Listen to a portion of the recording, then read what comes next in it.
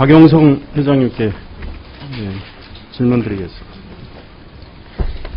지난 런던 올림픽에서 한국팀이 보여준 최악의 경기 장면은 어떤 장면이었다고 생각하십니까?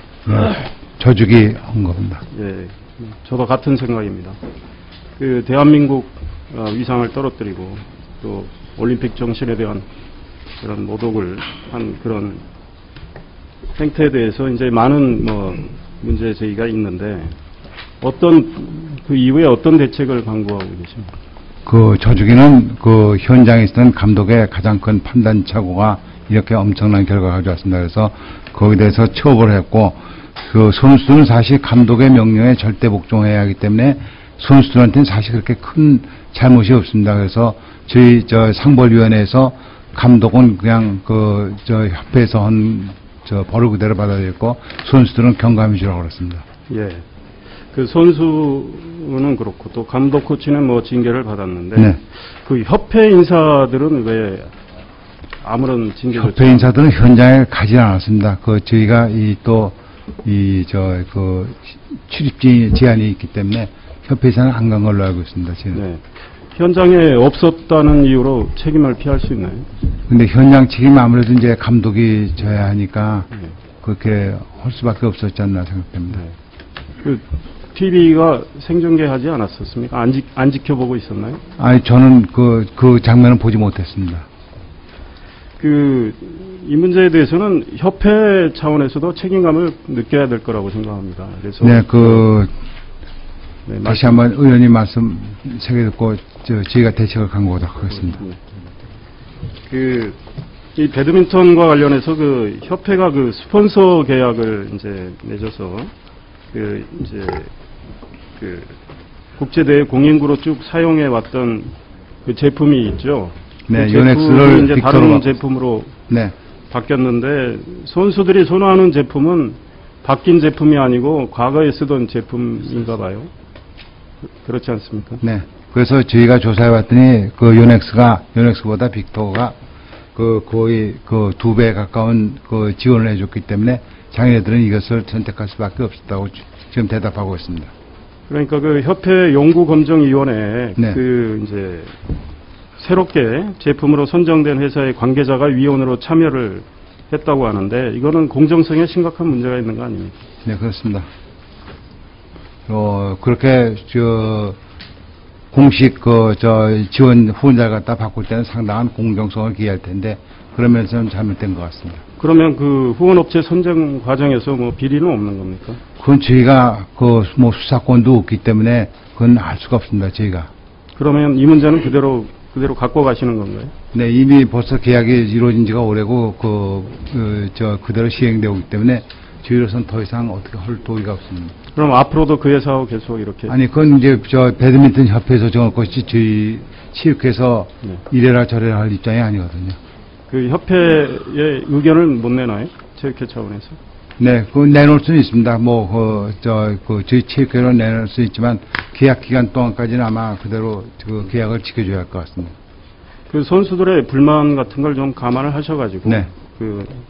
또 오늘, 체육회에서 좀. 의원님이 지적하신 거랑 해서 협회에 정하도록 하겠습니다. 정정택 이사장님께 여쭤보겠습니다. 네.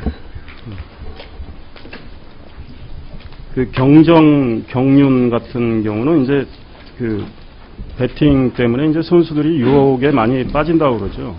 그렇습니다. 네. 그래서 보니까 이 비리 선수들이 제법 많은 것 같아요. 어떻게 파악을 하고 계십니까? 예, 파악하고 있습니다. 이제 좀 사정을 이렇게 살펴보니까 이제 경정의 경우 이제 비리 등을 적발한 공정팀에서 적발을 해서 말이죠, 징계를 이제 하는데, 심의위원회에서 최종 의결한 징계 내용은 상당히 완화되는 게 많더라고요. 한 27% 정도. 그래서 이렇게 징계를 이렇게 많이 완화하는 까닭은 무엇이라고 생각하십니까? 네, 지금 의원님께서 참고하신 통계가 특수한 여건 속에서 발생한 통계입니다. 2008년도에 경륜, 그리고 2010년도에는 경쟁에서 일어난 사건인데 상해보험을 개개인들이 허위를 해가지고 타고 해서 징계를 받은 내용들입니다. 그래서 그것이 본인들이 다 소명을 하면서 반성을 했고 또 일반적으로 일반에 대한 문제는 경주와 직접 관련되는 데에다가 더 우리가 포커스를 맞추는데 이것은 그와 동떨어진 문제라서 다소 완화하게 처벌을 한 것으로 알고 있습니다. 징계를 보니까 서면 주의나 경고, 그다음에 이제 출전 정지 1회 이하 아주 이제 가벼운 징계인데 경륜은 83%, 경정은 63% 정도 됩니다. 그러니까 이런 징계가 이렇게 너무 가볍기 때문에 계속 배팅의 유혹에 빠지고 비리를 계속 저지르는 거 아닌가 이런 지적이 나오는 거거든요. 그러니까 선수 등록 취소의 경우 경정의 경우에는 5년 동안 한 건밖에 없었네요. 그리고 경륜은 워낙에 비리를 저지른 건수가 2,000건이나 되는데 5년 동안 그 선수 등록 취소는 50건 정도밖에 안 됩니다. 그러니까 계속 비리 문제가 재발이 되고 있다고 생각을 하는데 그 대책을 뭐 갖고 계신 겁니다.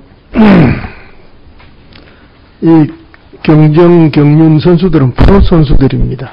이 상금이 직접 개입되어 있기 때문에 선수 간의 과일 경쟁을 막을 방도는 없습니다. 특히 그런 가운데서 우리 공단으로서는 부상도 방지해야 되고 또 경주의 공정성이 갖춰지지 않으면 고객들로부터 큰 불평을 받습니다. 그렇게 하다 보니까 조그마한 불평만 있어도 규정 위반으로 처벌하게 됩니다. 이렇다 보니까 엄격한 기준을 적용하기 때문에 규정 위반 수가 많아지는 것이지 처벌이 약해서 그런 것은 아니라고 보고 있습니다. 그렇지만 지금 의원님 말씀하신 대로 이 처벌에 대한 양형 기준도 다시 한번 검토해서 이런 발생 자체를 줄여나가는 방향으로 검토하겠습니다. 그러니까 과열 경쟁을 현실적으로 막기 어렵다면 결국은 일벌백계를 해서 규율을 좀 더 엄격히 관리하는 수밖에 없지 않습니까? 그래서 양형 기준도 조정하는 방안을 검토하겠습니다. 네, 감사합니다.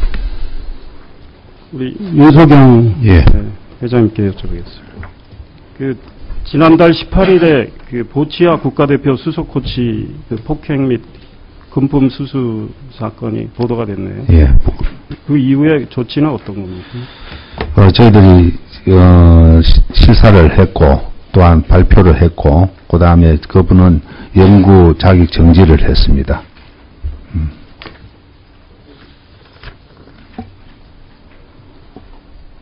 그 보치아 경우는 이제 뇌성마비 장애인들을 위해서 고안된 종목이지 않습니까? 그러니까 그 코치가 좀 그 장애인들의 특성을 잘 이해해야 될 텐데 이제 지금 현재 그 장애인 스포츠 지도자, 체육 지도자 190명을 보면 그 40명 정도만이 양성 과정을 수료를 했군요. 그렇습니다. 그러니까 다른 분들은 그 충분한 자격 요건이 없다고 할 수 있습니다. 그러니까 그 장애인들한테 상처를 줄 수도 있고 이제 그런 문제가 생기는 거 아니겠습니까? 그러니까 이 문제에 대해서는 어떻게 앞으로 대책을? 장애인 체육은 그 특성을 이해해야 되고 또한 체육 지도에 대한 실기나 이론을 겸비해야 됩니다. 그런데 그것이 아직 제도화되지 못해서 상당히 어려움이 있습니다만은 이것을 2015년부터는 스포츠 지도자가 나올 때 양성 프로그램을 문체부하고 상의하고 또 그 전에라도 교육을 적극적으로 하겠습니다.